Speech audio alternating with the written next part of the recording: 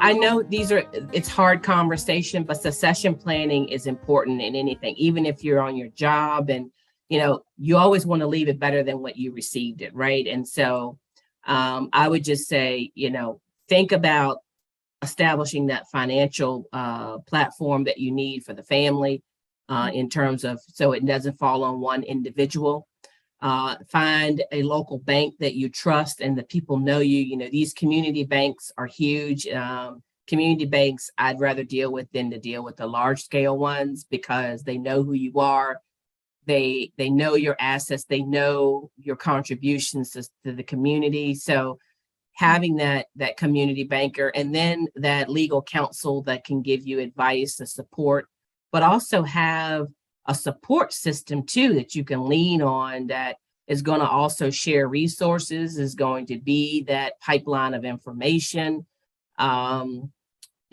Stay out of the gossip tube. As I tell folks, you can't believe everything you hear. Get out there and research it on your own, and participate. Get out here and go to meetings and listen, because you don't know that you don't know. And if you're not getting information, then go to the source that you can be added to the mailing list or distribution list so that you are informed, so that you can make the best or move it from good to great on your own farms, so that people are aware, your siblings.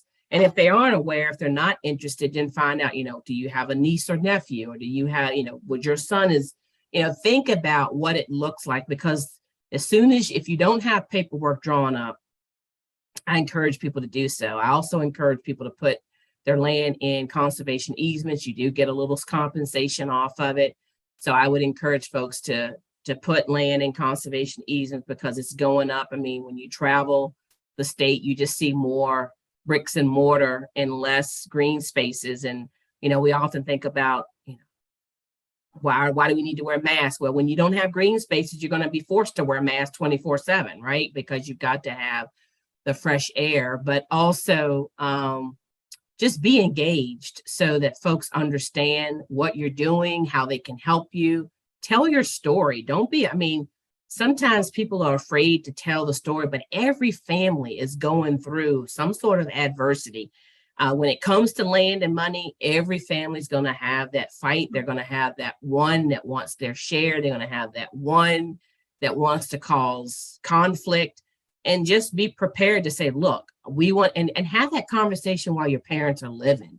Have the conversation so that they are aware, so they can go ahead on. And if that person doesn't want anything to do with it, then they can get their financial share or whatever that parent deems for that individual to have before their demise. It's so critical. That could alleviate so much unnecessary rhetoric in a family if you just have those honest conversations.